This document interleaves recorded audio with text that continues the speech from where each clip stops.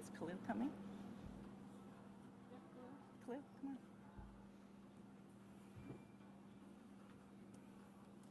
All right. Well, thank you everyone for being here today. My name is Karen Mazurkiewicz. I'm the Vice President of Stakeholder Relations and Communications for Toronto Pearson. Today, Toronto Pearson CEO and President Deborah Flint will be providing an update on airport operations and the investigation following Monday's incident. We also have several representatives from our first responder agencies, as well as our COO of Toronto Pearson Operations. So behind me are Peel Regional Police Deputy Chief Mark Andrews, Peel Paramedics Commander of Operations Corey Tokach, Mississauga Fire Chief Darren Reetsey, and Toronto Pearson's Fire Chief Todd Aiken, and Khalil Laramet from our COO of Toronto Pearson. With that, I'd like to welcome Toronto Pearson CEO Deborah Flint, who will take a couple of questions after her remarks. Following that, our first responders are available to also answer some questions. Thank you. Thank you, Karen, and good morning to all. We are providing a third update this morning on yesterday's events as the accident transitions to the investigation phase, and I will share more on that investigation phase and what to expect shortly. First, however, it's really important to recognize how grateful we are that there was no loss of life or life-threatening injuries in yesterday's accident. You know, every time you board a flight, you are greeted by flight attendants and by flight crew often. It's their job to make us comfortable and confident about the flight ahead, and they do an incredible job with that. But we saw the most important role that they play in action yesterday. The crew of Delta Flight 4819 heroically led passengers to safety, evacuating a jet that had overturned on the runway on landing that was amidst smoke and fire. I thank each and every one of these heroes, every flight attendant and crew member on Delta Flight 4819. I also thank every flight attendant and crew member across the industry. Thank you for all that you do every day and every night in service of safe air travel. In regards to the accident yesterday, at approximately 2:15 p.m., Delta Airlines Flight 4819 from Minneapolis to Toronto. The plane was carrying 4 crew and 76 passengers, among them 22 Canadians. Flight attendants, flight crews, and airport emergency workers and responders mounted a textbook response, reaching the site within minutes and quickly evacuating the passengers. At the time, there were 21 injured passengers ranging from minor to critical but not life-threatening injuries. A total of 19 passengers went to the local hospitals, with 2 more going to hospitals in the time period after. At this time, Delta Airlines has reported that 19 of those passengers have been released and 2 remain hospitalized. Our thoughts go out to all of the passengers impacted and their families. We have taken great time and care to extend care to each of the passengers that were here after the accident. That includes comfort as well as support in their emotional well-being in the hours since the crash. We have completed the reunification process for all of the remaining passengers, and we'll continue to care for them during this extended time. I will now give you more information about the operations at Pearson yesterday and what to expect in the days ahead. From last Thursday to Sunday, Toronto Pearson saw extreme conditions, 2 separate snowstorms. On Thursday and Sunday, we got more than 20 inches, 50 centimeters of accumulated snow. That is actually not typical. In fact, it is more snow within that time window than we received in all of last winter. There were many delays and cancellations across this part of Canada and the U.S. Northeast during this time, creating numerous flight delays and backlogs. At Toronto Pearson, 221 of 974 scheduled flights were canceled on Thursday. 75 of 1,012 scheduled flights were canceled on Friday. 128 of 937 scheduled flights were canceled on Saturday, and 371 of 987 scheduled flights were canceled on Sunday. Monday was a clear day, though, and it was an operational recovery day for Toronto Pearson, with 1,006 scheduled flights. The results yesterday, in due part to the accident, were 462 scheduled flights canceled and 544 flights operated. Let's now talk about the investigation and what to expect in the next few days as we pivot to this phase. Last night, 7 members of the Transportation Safety Board of Canada arrived at Toronto Pearson to begin the investigation. 13 more of those investigators arrived today. Members of the U.S. Federal Aviation Administration are also here on site participating in the investigation. As it is a Mitsubishi aircraft, Mitsubishi will be here on site as well, and Delta Airlines has sent their GO team who are already here on site. So what does this all mean for operations at Toronto Pearson today and in the days ahead? Our Emergency Operations Center does remain open, though operations on the runways resumed at 5 p.m. Eastern Time yesterday. We have been in recovery mode since resuming flights at 5 p.m. yesterday, catching up on delayed flights, and that continues into today as well. We are currently without use of our longest east-west and north-south runways. This and ongoing expected additional weather conditions today will affect how fast we recover operations, particularly with departure of aircraft.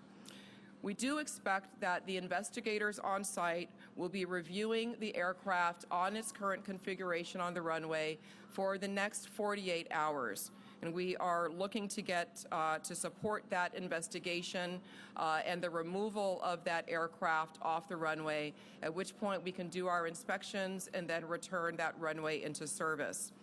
Toronto Pearson will continue to provide you all with operational updates, but this is now an active investigation time, and you can expect to start hearing more from the investigating authorities about the accident that happened here. We expect that the Transportation Safety Board of Canada will be issuing a statement with more information around that later this afternoon. In closing, I thank the industry, the community, and all of our employees here and across the sector for all the work that they are doing to support this incident and those affected, and that they do every day. Air travel remains the safest form of transportation. We are proud of that record here, and at times like these, we're very grateful and thankful of how the community and the industry comes together as one. Thank you. We'll now take a few questions.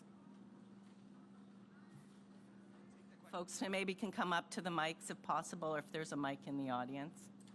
Okay. Sure. Hi there. Alex Capriello with News Nation. A question about the conditions yesterday. Obviously, you just explained the extent of the snowstorms that came over the past few days. Wondering if there's been any developments or any comment about what exactly it was like on the runway in terms of iciness or wind gusts. Last night we heard the fire chief say that he did not believe that that played a role in this crash at all. Is that still the theory here? And if so, do we have any developments on what caused the crash if it wasn't weather related? Okay. Yeah, this would not be a time for us to have theory or to speculate on what caused the crash. So as I shared, we have a number of agencies that are here that are responsible for doing a thorough and full and complete investigation to determine all the causal factors, and we are looking forward to getting those results and to sharing those, and those will be shared very publicly once they are received. And I understand that if you don't want to speculate about the crash, but can you tell us then what the condition of the runway was like at that time of the impact? I mean, was it slick? Have your teams been able to determine that? I look forward to sharing all of that information at the proper time. Again, those are all the details that are going to be covered during this investigation, and that is active currently. Hi there, Vio Saisai from the New York Times. I have one question and a follow-up. Does air traffic control handle CRJs differently than other aircraft and crosswinds? The air traffic control is responsible, NAV Canada, for all of the aircraft activity here at Toronto Pearson and in the surrounding areas. They will have to respond differently themselves as to how they manage those aircraft uniquely. And then how do you decide to pause operations because of wind, and who makes that decision? That is a cross-collected decision that is made between NAV Canada and the pilots during live operations. We are not pausing operations. We do have a slowdown in the operations due to 2 of our runways being closed for operations at this time, and those are the key contributing factors to the delays. Last question. There's no Delta or TSB representatives on the stage with you right now. Are you able to speak to why they're not present? We've been very much in communication with all of those involved, all of the agencies, Delta Airlines and others. We've all had quite extensive communication. They've been in our EOC, our Emergency Operations Center. So the system and the response to the accident is working as planned and going quite well with our partners. John Worrell with the Associated Press. 2 questions. One is the 2 people who remain in the hospital. Any timeline on how long they may remain? I do not have that information. Do you know what condition they're in? What we do know is that, again, 19 of those that were hospitalized are no longer hospitalized. The 2 that remain, none face life-threatening injuries from what we've been briefed and what Delta Airlines has released as well. And just finally, Deborah, given what we saw from all the videos that are on social media, and I'm sure what you've seen internally, how is it more remarkable that everyone was able to, survive this incident? There are so many factors that lead us to have gratitude today. Again, I cannot commend enough the crew, the flight attendants, pilots, and our emergency responders for their quick and effective response. It's really incredible, and when you see that aircraft, it just makes you really thankful for all the safety checks that go into running this one of the world's safest air transportation systems. Okay, we'll take questions now from the first responders, please. Good morning, Momin Qureshi from 680 News Radio. My question really is, last check, the wreckage was still out there on the runway. I just wanted to know if we know how long that will be out there and what kind of impact that's having on service here at the airport. Yeah, so as I shared, yes, that the remains of the aircraft will remain on the runway while the investigators are performing their reviews.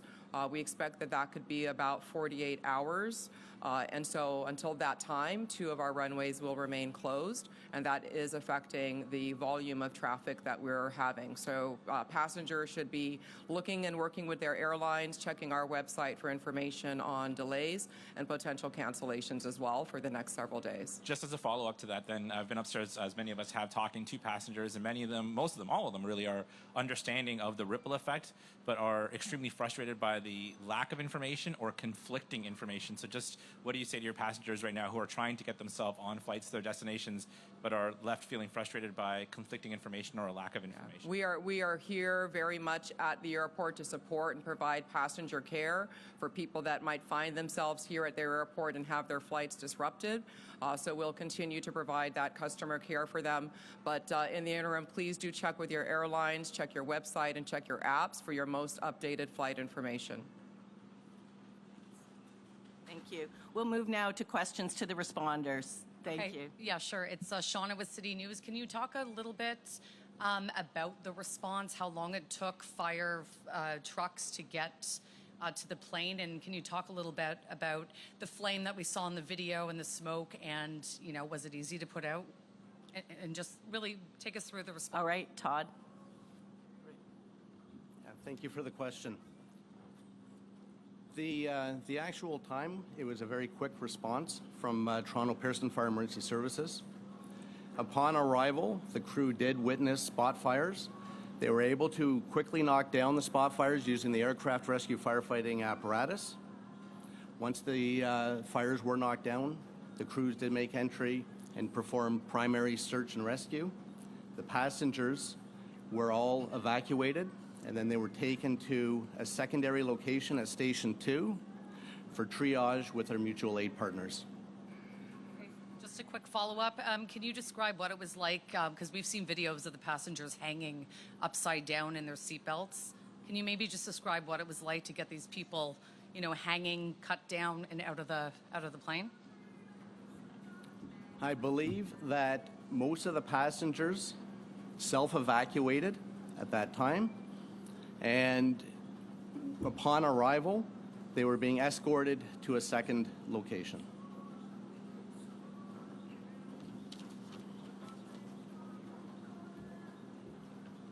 Hello, Nate Foy, Fox News. I'm just seeking some clarity from a first responder's perspective on the elements and how they played a role in your efforts yesterday. I know a lot of people are hoping for some clarity on what the fire chief said, and it sounds like you guys won't give us that, but can you tell me what it was like out there on the runway as you were doing your job? Was the runway dry and the wind gust, how did it impact you?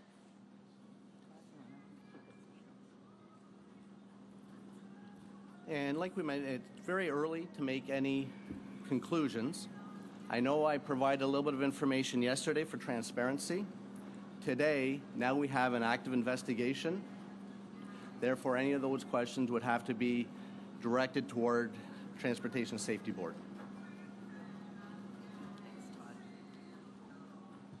Hi there, Karen Lieberman with Global News. Besides the chief, I just wondered if any of the other first responders could speak to their own experiences and what you found and how you cared for some of these passengers. Sure. Thank you for the question. Mark Andrews, Deputy Chief with Peel Regional Police. I'd like to, before I answer the question, I'd like to say that our thoughts and prayers are with the 76 crew members and 4 passengers and their families that were impacted by yesterday's events, which fortunately had the best possible outcome for all of us. Our response as Peel Regional Police, we're the police of jurisdiction. We have a really robust presence here at the airport. We actually have a fully functioning division with 100 officers and civilians located. We have a presence on the public side and the private side. So we were able to respond in a very timely fashion along with our first responder partners. The conditions were difficult, but I will say this, that we regularly practice with our partners in fire and EMS and the GTAA and Transport Safety Canada. So we were prepared for this event, as extreme as it was. And our men and women, not only in policing, but across all the first responder services, did a tremendous job. And in my mind, no doubt saved lives. So I'd like to acknowledge that. There was some impact, on the police of jurisdiction being ourselves, not only here at the airport, because as you can imagine, we don't have surge capacity to deal with something like this the way they do in the private industry. We had, at one point we had 50 police officers responding to the circumstances here at the airport and the surrounding environment. What I'd like to do is thank our partners at the OPP, Commissioner Tom Creek and Chief Myron Demke, because they supported us through the aftermath of the incident by sending officers to support both of our public divisions, 11 and 12 Division in Mississauga. All in all, it was a great response by first responders supporting GTAA and our TSB partners, but it's something that we've practiced and we're well prepared for should this happen again going forward. Mississauga Fire and Communications Services received the 911 call. It's called a crash alarm, so we get it directly from Pearson into our communications center. So we had a very quick response. We had 6 apparatus from Mississauga Fire respond. It was a combination of aerials, engines, and squads. In addition, we sent our command vehicle and also a tanker. We also had an acting platoon chief, a district chief, and myself that attended the scene. I took a position within their emergency operations center. Just to reiterate what Deputy just said, annually our firefighters participate in joint training with Pearson Fire at a location called Festi. It's a training facility. Our primary response is to assist with water supply, search and rescue, rehab, and medical support. The Mississauga Fire and Emergency Services and Mississauga Office of Emergency Management participates in 2 annual emergency exercises that are held at Toronto Pearson International Airport each year, including a high-level tabletop command exercise and a full-scale boots-on-the-ground emergency exercise. In addition to the exercises conducted each year at Toronto Pearson International Airport, the City of Mississauga conducts its own functional emergency exercise, and we did that in 2021, examining an aircraft accident occurring within the City of Mississauga. This exercise included partners from various organizations, including those represented in the exercises held here regularly at Pearson. The Mississauga Fire and Emergency Services and OEM provides emergency management training to regional partners from various organizations who may be involved in the response to an aircraft accident, amongst other emergencies. The Mississauga Office of Emergency Management can also serve as a conduit between the city and the Provincial Emergency Operations Centre if provincial-wide coordination for the response and recovery of community impacts during an emergency is required. During an aircraft accident, the Mississauga Office of Emergency Management can assist in the coordination of providing municipal services if requested by our community partners who may be impacted in the event. This could include transportation like buses, facilities, or heavy equipment. The City of Mississauga has developed its own aircraft accident emergency plan, which conforms with and operates in conjunction to the airport emergency plan developed by the Greater Toronto Airport Authority. Thanks. That was a fulsome response. I just also wondered if anyone can speak to the nature of some of the injuries. Do you want to speak to some of the nature?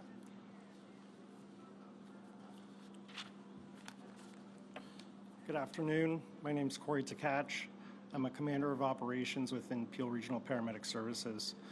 So upon our arrival of the crash site, our staff were faced with a multitude of different injuries, mainly stemming from back sprains, head injuries, anxiety, some headaches, nausea and vomiting due to the fuel exposure. So those were the common sort of injuries that we had come across. Any more questions? Please, Mal Hamidi, Canadian Press. Just want to follow up on this rescue effort. Can you please provide some details on the timeline? How long did you, paramedics and firefighters did it take for them to get to the airplane, and how long did it take for them to evacuate the airplane? Okay, Todd, you want to take that? Yeah, the response from Toronto Pearson Fire Emergency Services was minutes. Because there is an active investigation, we won't be able to provide the details, but it was a very quick response from Fire Emergency Services as well as our response partners that just spoke. Can you please also comment on the role that flight attendants played in evacuating the airplane? We saw some videos on social media where basically doing their job, helping passengers get off the plane. Can you please comment on their role in this? Sure, absolutely. We train for such events. We're very well prepared and trained, and the firefighters responded textbook. They were able to knock down the fire. They're able to assist the passengers getting off the plane, and then performing triage and then response to the hospitals. Thank you. Next question. Hi, I'm Alex Miller with Scripps News. I know you can't confirm what you saw on the runway, but can you confirm that the runway had been coded as fives across the board as a wet runway for the pilots, which is a runway with light snow or slush?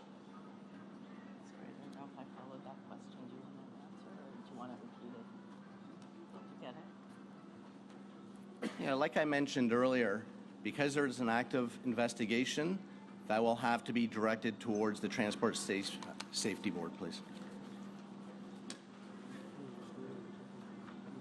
Hi, Jessica Murphy, BBC News. I want to go back to something Mr. Andrews said. You talked about difficult conditions that rescuers faced on the ground. I'm hoping you could go into a bit more detail. Sorry, with who said? Sorry? BBC. Oh, No, sorry, you... Peel Regional Police. Peel Regional Police? Thank you for that question. The conditions that I was speaking of is the environmental conditions, the cold, the wind, the fact that we were still having the occasional snow. But those are conditions, again, that we're used to working in as first responders, and our people, along with the other first responders, did a tremendous job of responding in those conditions. It's part of the environment that we operate in. Megan Fitzpatrick from CBC News. What can you tell us about the child that was airlifted to sick kids? Do we know if the child was on somebody's lap or buckled in? What can you tell us about the nature of their injuries? No, we don't. I'm sorry. You don't know if the child We was do not on a know. lap? No, we don't have those details. Can you give us an age range of the passengers on the plane? We don't have that either. I would direct that to Delta. Okay, we're going to take two more questions. Okay. And just one more on of the two that are in hospital, is one of them the child? We're not sure either. I have a quick question for fire. Did fire responders fear the spread of the fire, and can you speak to the properties of jet fuel? How flammable is it? How much time did that give you to tame it? Okay. Did you hear the question? Okay. It's on the jet fuel, like whether they were... Yes. Upon arrival, there was jet fuel and there was flames. We do have specialized aircraft rescue firefighting equipment that carries water, foam, and dry chem, and that it is utilized to smother and cover up the jet fuel to provide mean-free egress for the passengers. So we do have the appropriate equipment and the appropriate training to mitigate that emergency. Okay, we'll take the last question. Just like a last question on the nature of the injuries. The people who were more seriously injured, those who were at one point in critical condition, what type of injuries were those? Are we talking about like broken bones, serious sprains? I think the paramedic did speak to that a bit, but he can come back and reiterate. Yeah. So on the initial assessment in any mass casualty incident, we do a triage of patients. And yes, some patients were deemed to be critical at that time. And we make that assessment based on our initial contact, what the patient's complaining of, the fact that they were involved in a plane crash. And some of those determinations happen quite quickly in the short amount of time that we spend with that patient to ensure that they're receiving the quickest care possible. And there are times when further care occurs and those conditions get downgraded. So from critical to like serious and non-life threatening. There are times in scenarios like this where somebody may be complaining of like abdominal pain or a head injury, and we may err on the side of caution to deem them critical because we can't see inside their skull, we can't see inside their abdomen, but based on some of their vital signs and other determining factors, that's when sort of the decision to make them a critical patient would have occurred. So in terms of like the acuity of injuries, perhaps the most acute would be that like the back sprain or the head injury possible. Yeah, a head injury from an acuity state is obviously very dangerous. The issue is we obviously can't see inside the head at that time, right? So. Well, thank you all for coming today. We really appreciate it. I really thank all the responders as well for their time to come today and explain